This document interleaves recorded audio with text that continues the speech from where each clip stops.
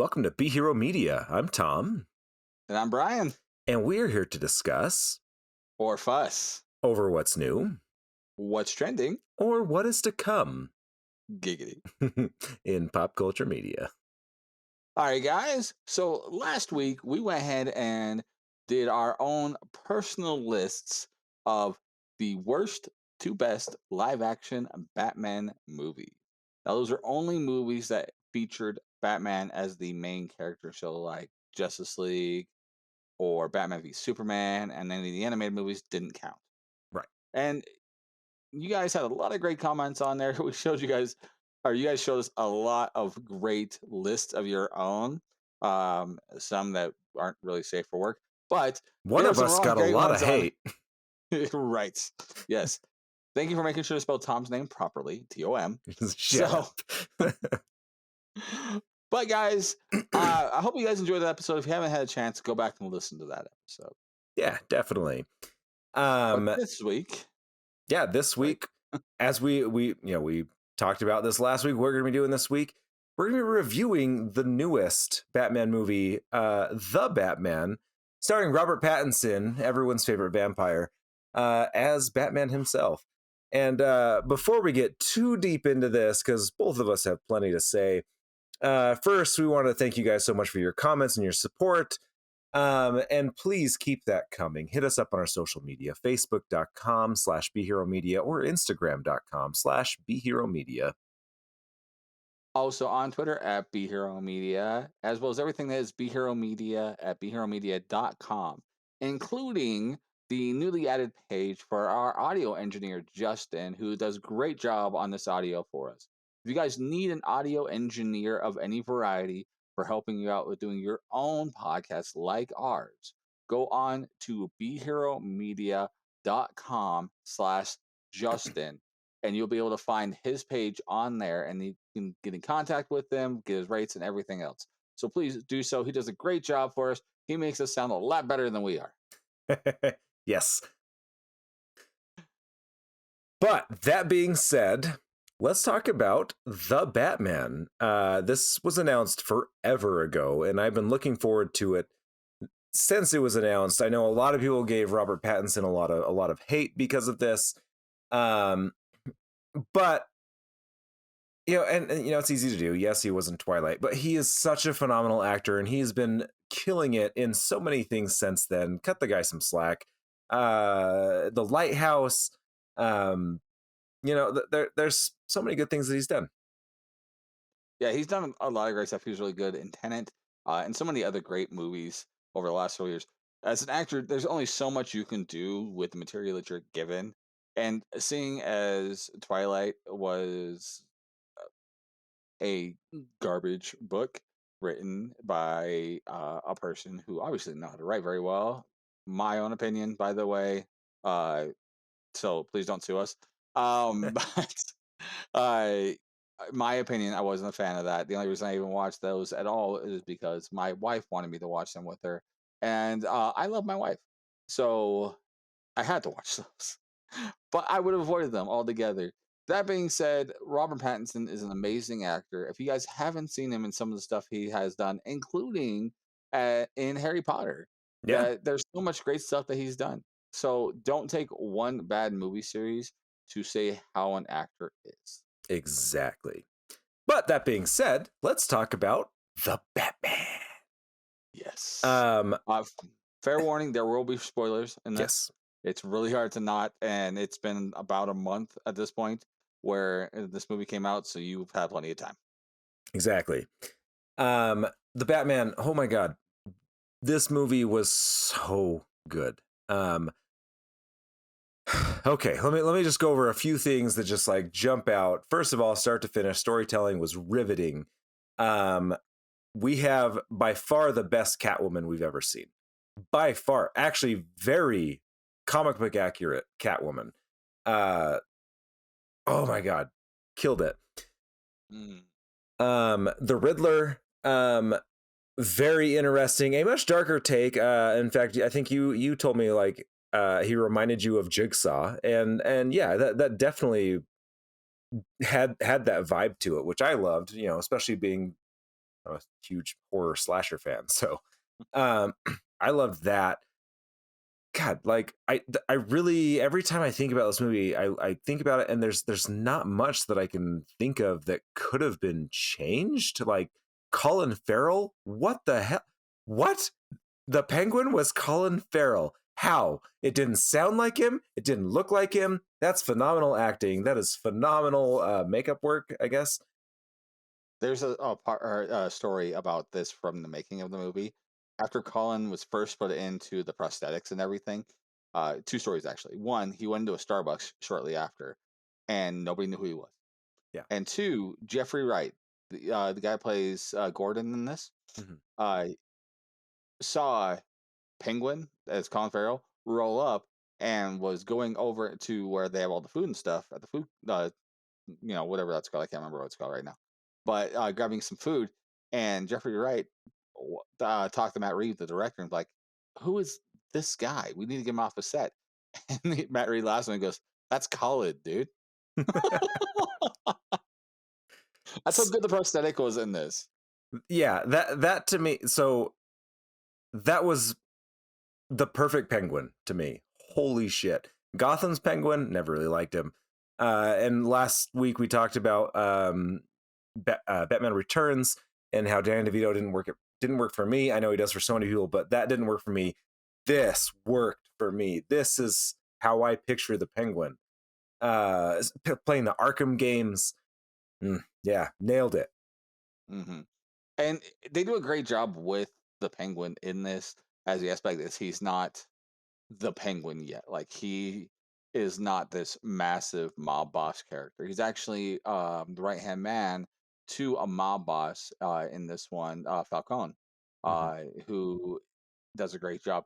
So this story for the Batman's actually based off of majoritively one, but kind of mixed in the second run that they did, known as The Long Halloween, which is the majority of the movie, the majority of the story. But they also play a little bit into Hush, and then slightly do the change that they did in the animated movie of Hush, where they had the Riddler as the villain in it, and what the aspects for that are. But it's done in such a great way. I was telling somebody the other day when I was talking about this movie to them because they were asking me about it. He's also a big Batman fan. Our friend Eddie, who I work with, and Tom used to work with, uh, that this movie is so much a detective story and less a superhero story that you could have easily taken out the whole Batman aspect and just had him be like a ex cop who is now a private eye, and this movie would have played the same, exactly the same. Absolutely. And that like that is one thing that I love so much about this movie. It's less about Batman's the best ninja ever to exist in the universe and more about like he's smart, he's a detective. That is Batman. That I've been wanting more of that for so long. Like that's one thing that was missing from the Nolan series. It was all like, I just know everything, I have the answers, and I'm a really good ninja. No, I want a detective Batman, and this gave it to me. This is what I've been like, I swear to God, praying for. Uh, like the detective story here was perfect, and I want more of it. There's a lot of greatness about this movie that I truly enjoyed. Robert Pattinson did a phenomenal job as a Bruce Wayne year or Batman year two, because that's where it takes place. It's his second year of being Batman. So the city known him as the Vigilante for over 2 years, or for over a year and a half now, almost 2 years. uh, Jeffrey Wright's character is Gordon, and Gordon and Batman have started to become friends enough to know that they can work together and he can be trusted. Yeah, So much so he's brought on, and then Wright steps up for him a lot and things like that. which I loved. There's Like I kept thinking back to Batman the Animated Series and how he would like go on like crime scenes and police were everywhere, and Gordon was like, "Yeah, mind your business." Yeah, That yes, that is what I wanted. That I'm so glad that we got to see that, and how like how how Robert Pattinson as Batman could just look at them and be like, "You serious?" and they would shut up. yeah. That was awesome. That is Batman as There's a character. so good. So there's the scene in the very beginning of the movie where they roll up into the mayor's house, and the mayor has just been killed. Or is it the mayor? I think it's the mayor. I'm pretty positive. No, it's not the mayor. It is a congressman, or a councilman. Right at the beginning of the movie, it's the first kill that happens in the movie, and Wasn't he? He was this is running the for first mayor time though, right? Wasn't he might have been running for mayor. That might be what I I'm think? thinking. Yeah, he was running for mayor. That's right. Yeah, that's right. Yeah. So he was running for mayor, but he was also the current mayor, and he is killed and everything else. And Batman rolls up, being invited by Gordon, and you have a bunch of detectives be like, "Is he supposed to be here? You know, who is he? Is this a vigilante?" He even gets stopped at the door, bouncer style, and be like, "No," and Gordon's like, "Let him in." Da da da. And he's trying to give the guy, Gordon, the third degree about bringing this vigilante in and everything else. And Batman just pops off, like he's looking around and goes, "Oh, did you guys do this, or did you guys see this?" kind of thing. Or like that kind of thing. He's like, "I don't care about you. This is my puzzle. I'm trying to solve." And that's exactly what you wanted in the detective thing, which you get. Yeah. Speaking of puzzles, Paul Dino as the Riddler. Oh my gosh. This was such a great portrayal of the Riddler where it doesn't make him feel like a silly gimmick, Yeah. right? So you have two of the most iconic people to do the Riddler in Batman 66. You had the Riddler in that, as well as Jim Carrey playing the Riddler and Batman Forever, which ties in with the original portrayal in 66.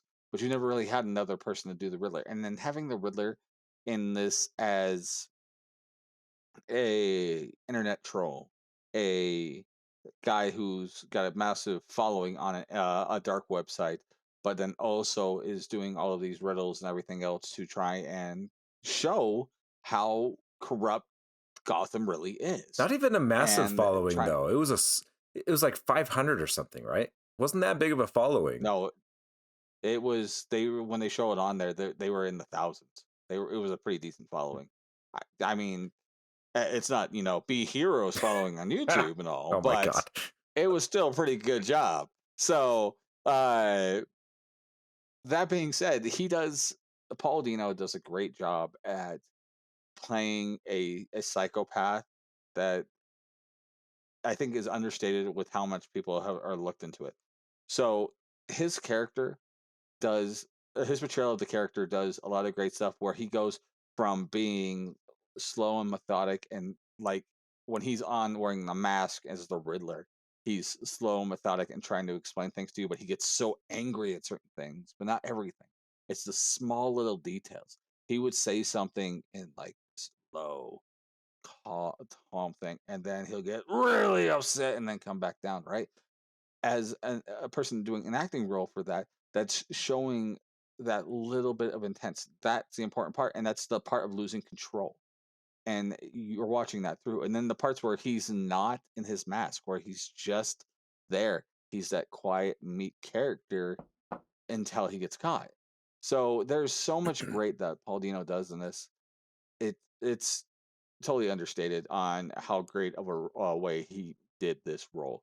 And in a way, it's the best kind of villain. Something you've seen in Marvel a lot lately that we finally get in DC. It's a villain that has a great point, Yeah. right? It's a villain you can get behind because they're not wrong, just the way they're doing it is Yeah. wrong. Yeah, no, he absolutely killed it. The only thing that I struggle with, and this is not anything to do with him, I'm not gonna lie, I wasn't a huge fan of the mask, but I am obviously more accustomed to a comic book Riddler with a green top hat and a mask, just the eye mask or whatever.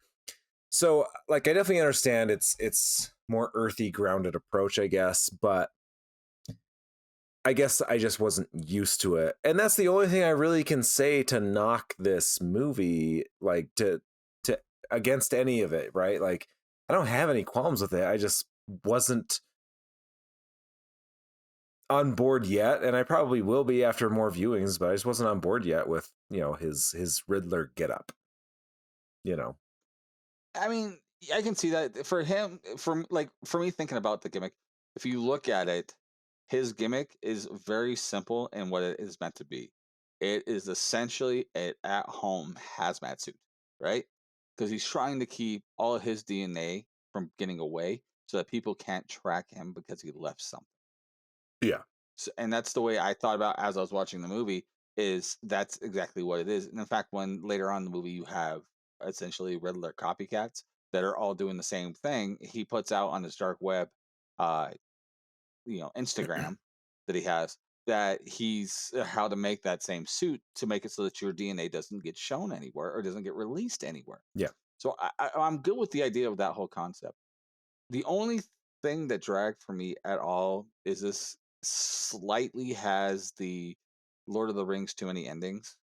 By the time you get to the end of it, it feels like there's a couple different times where it felt like this was the end, and then it wasn't, Yeah. and then this was the end, and then but I was able to get past it because it wasn't that many, as well as it made a point for why they were there. Um, there's one scene at the very end of the movie that I thoroughly enjoyed as symbolism A, moment sy- for a the movie. symbiote? The hard word. Did you say? I was gonna say symbiotic, but a symbolic. That's the word I was looking for. Symbolic moment in the movie is a bunch of people, including the mayor and the new mayor and others, are trapped under a fallen scaffolding. And then there's flood water coming up and everything else like that. And you have all of the GCPD trying to do like pull it apart and just can't get it and can't get it. And it's dark and it's hard for everybody to see. And then you have Batman roll up and able to release them and free them while holding a flare and guiding them through the water and everything else to a new higher ground, trying to show that this Batman that they're bringing on, this vigilante, is what they need to get them out of the muck that is been shown by the Riddler, because he's the one that causes the flood, to show that they can get out of this muck because they have this person who can guide them into Batman. I love the symbolic moment of that. Yeah. Yeah, absolutely. One thing I was going to say while you were talking about the Riddler, that I really liked about this movie is in the comic books, a lot of these, big villains in Batman's rogue gallery have a following and that dress like them, right? Like the Joker has a huge following. Two-Face has a big following. Riddler has a following. The point is, like, I thought it was really cool that there were people that were so invested that they were so in tune with this guy's ideals and his beliefs that they all dress like him, and they, I don't know, like that is just, it was so comic book accurate. I thought that was, and nothing we've ever really seen before. I guess we kind of got a hint of it in The Dark Knight, at the very beginning with multiple Jokers robbing the bank, but that was a minute and that was it. It's a little different though. Yeah. Well, in this one too, what they do with the Riddler, because he's on this dark web Instagram thing and he has a following of people, it's kind of like a more comic book villainy style of like Alec Jones. So you have someone that just talking this craziness, but there are enough people that can believe it that they want to follow it and be like him. And again, my own opinion, please, Alec Jones, not sue us. But that's the kind of thought that you get. And again, that goes to the thing I was saying before about this villain makes enough sense that you can kind of be like, okay, I see where you're going. You're trying to clean up the things. You're just doing it wrong. Yeah. But we're sensible people thinking he's doing it wrong. These other people are like, no, get rid of them, drown them all, that kind of thing. Get rid of the rich. In fact, you have the one guy literally talking about when the mayor is killed at the funeral. He's like, good, get rid of these rich bastards. And that's the same guy you see later dressed up in one of the Riddler costumes. Yeah. So there's so much great stuff in here. But before we go on, I want to also bring up another great actor in this movie, John Turturro. He plays Falcone, and they do a great tie-in from the Long Halloween story that they do. of why he is the bad guy, and it involves Bruce's dad saving him at one point in time. And they do this in the Long Halloween story too, and that Bruce's dad, in a low moment, goes to him for a favor, expecting one thing, but he gets something else, and then is used as blackmail against his dad. Hmm. And then you find out that he's the reason his mom and dad were killed in the alley by Joe Chill. So there's so much great that was done. And then John Tortinos, whatever his name is, and I apologize since I'm saying it so wrong, uh, is such a great actor. A lot of things you've seen him in, he's always a comedic actor, like in The Big Yeah. Lebowski and Transformers and things like that. He does so good in this. He does the menace, but like honest menace kind of things. Like, I'm going to punch you in the face and it's going to hurt and it's going to be your fault kind of thing. It does that so well Yeah. that like I bought it wholeheartedly. Yeah, no, absolutely. Like he has that kind of unassuming confidence, and but like that also emotional side where you can tell that he does feel something, but he's also like completely fearless, you know? Like people would just wouldn't think of it. They wouldn't like be able to pull him out of a crowd type of thing. It's just like, oh, it's just some guy. Yeah, I don't know. The way he was able to pull that off was incredible. Yeah. Like, I don't know that there was a bad actor in this. I don't know, like, really there's a bad scene. Like, the only thing I would knock this down to being a perfect movie is the multiple endings, like feel of multiple endings, as well as a slight bit of pacing. It was just slightly slower where it made you feel like you had that whole 3 hours, but not in a bad way because you were enjoying what you were watching, but you knew it was 3 hours. The So like when you look at something else like say Endgame, when you're watching that back, you don't always recognize, especially the first time, you're in it on every little aspect and the pacing so well that you don't recognize that you're in a movie for almost 3 hours. This one you do. Yeah.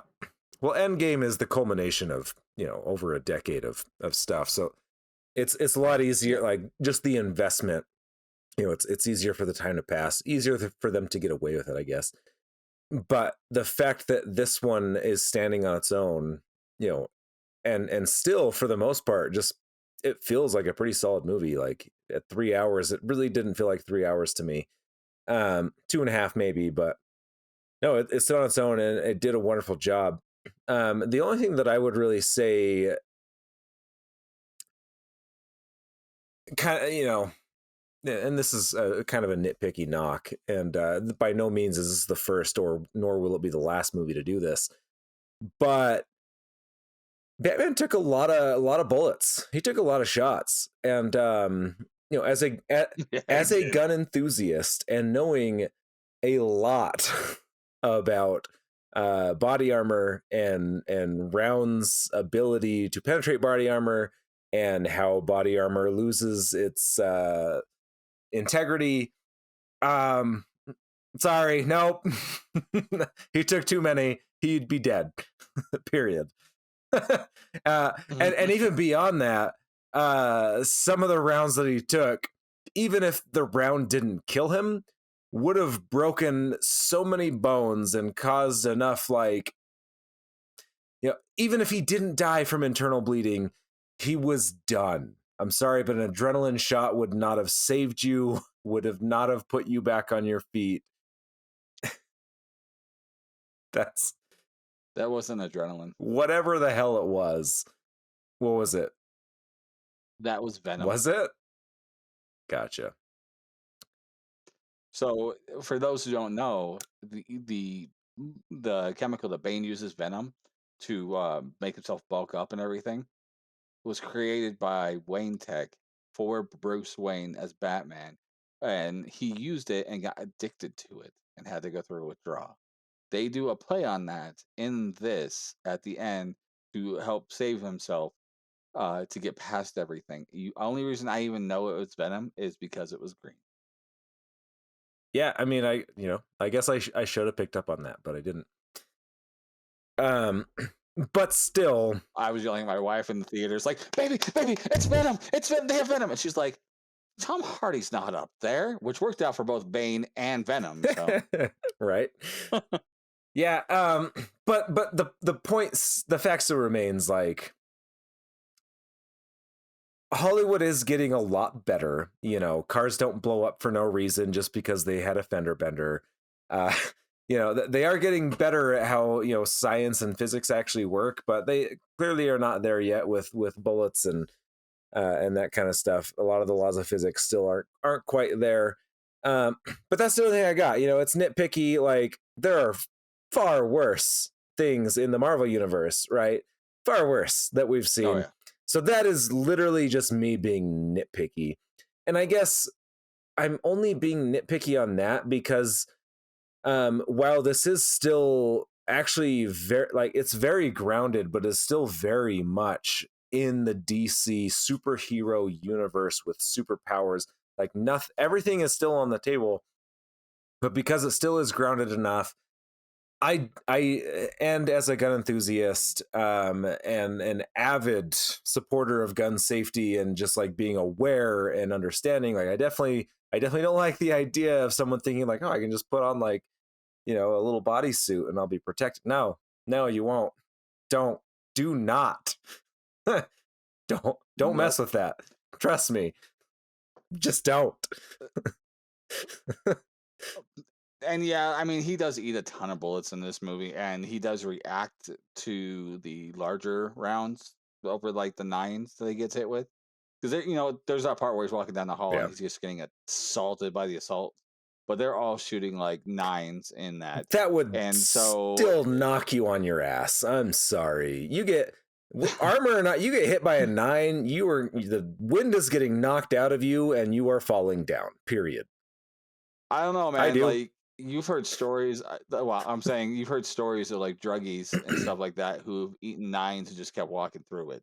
So, I mean, I can see like Batman being able to eat maybe some smaller rounds, but there was some bigger rounds. And then, like, I think towards the end, he takes that shotgun slug, right? That The one that that knocks would him have off. But broken all of his ribs. well, he takes it into the arm, like he takes it into the shoulder, and you see his reaction to it. He does sell it for a minute because he takes it, falls back, and that's what knocks him off the Yeah. bridge. And he's holding the one arm that's not the one that got hit with. So he does sell it until he takes the venom. So I will give him a bit to that. But yeah, I mean, you're right without that. But it's a superhero movie, so you got to give it a little. And I am, belief. but again, for me, that was the one and only nitpick that I had. So, Coming from this, my wife is not the biggest superhero fan. She likes a lot of superhero stuff, a lot more of the street level ones, like, you know, Daredevil and like Hawkeye and things like that. So Batman was kind of right there for her, and she really enjoyed this movie. The only part she said is there's parts where he was as Robert Pattinson doing different parts, and she every once in a while he'd do this like look or glare, and she's like, "Oh, it's Edward from Twilight." So you're gonna have that a little bit, but that being said, I thoroughly enjoyed this. If you guys go back and listen to our last episode, this was actually my number one of the best Batman movies that have been out right now for live action. yep. And it's true. It's because of how everything was so well done. The acting, the writing, the portrayals of each character, everything was there. Even small nods to other things. Like, some people might not recognize this. There is a small bit of callback to Batman 66 in that. Do you know what it was? I feel like I remember seeing something, but at the moment, it's not coming to me. The Batmobile. The Batmobile was a Charger, by the way. I believe it was a Charger. But it uses a single turbine engine, a jet propelled engine that is nuclear powered. And if anybody knows Batman 66, when they get in the car, they would be like nuclear turbines to speed when they were talking about getting into the vehicle. And that's what propelled the Batman 66 Batmobile.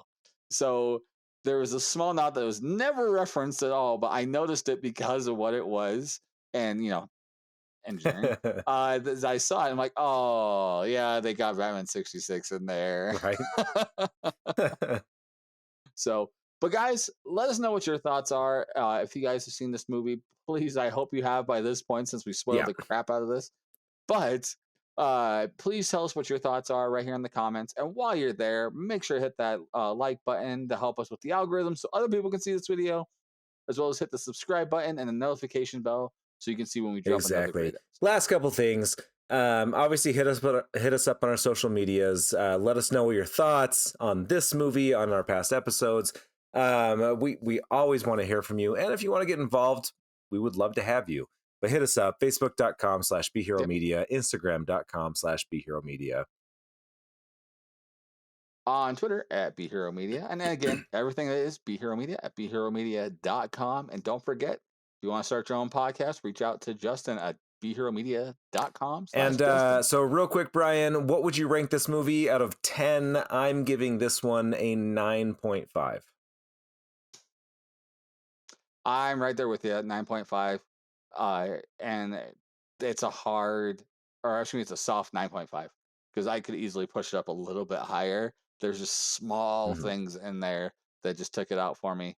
And we'll have to see how it goes. I mean, this movie's got a ton of buzz around it. Not only is it already seeing like it's going to be getting a sequel, but there is 2 series based off of this movie that's already being greenlit. One that is going to be Colin Farrell's Penguin, that's between 1 and 2. So this movie right now and the next movie, as well as what was initially going to be a GCPD movie or TV series on HBO Plus or HBO Max, which is now going to be an Arkham Asylum series, talking about the villains and everything else, including the villain who we got a small cameo of at the end of the movie. Yeah, 9.5. So there you have it, guys. We want to know your score. And yeah, I think that's pretty much all I have right now. So, oh no, actually, one more thing. All right. We love talking about Batman. We do have one more Batman episode coming up for you. But before we get to that, we are going to take a small break. Next week, we are going to talk about the spring blockbusters that we are excited for.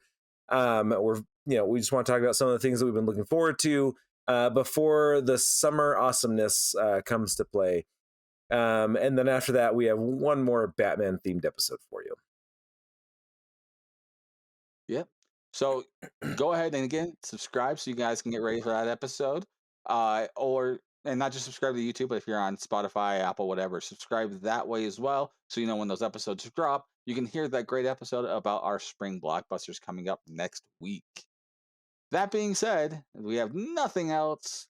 Tom, guys, I hope you guys have a great time watching this movie as much as we did. And I want you guys to go out there and, as always, be a hero.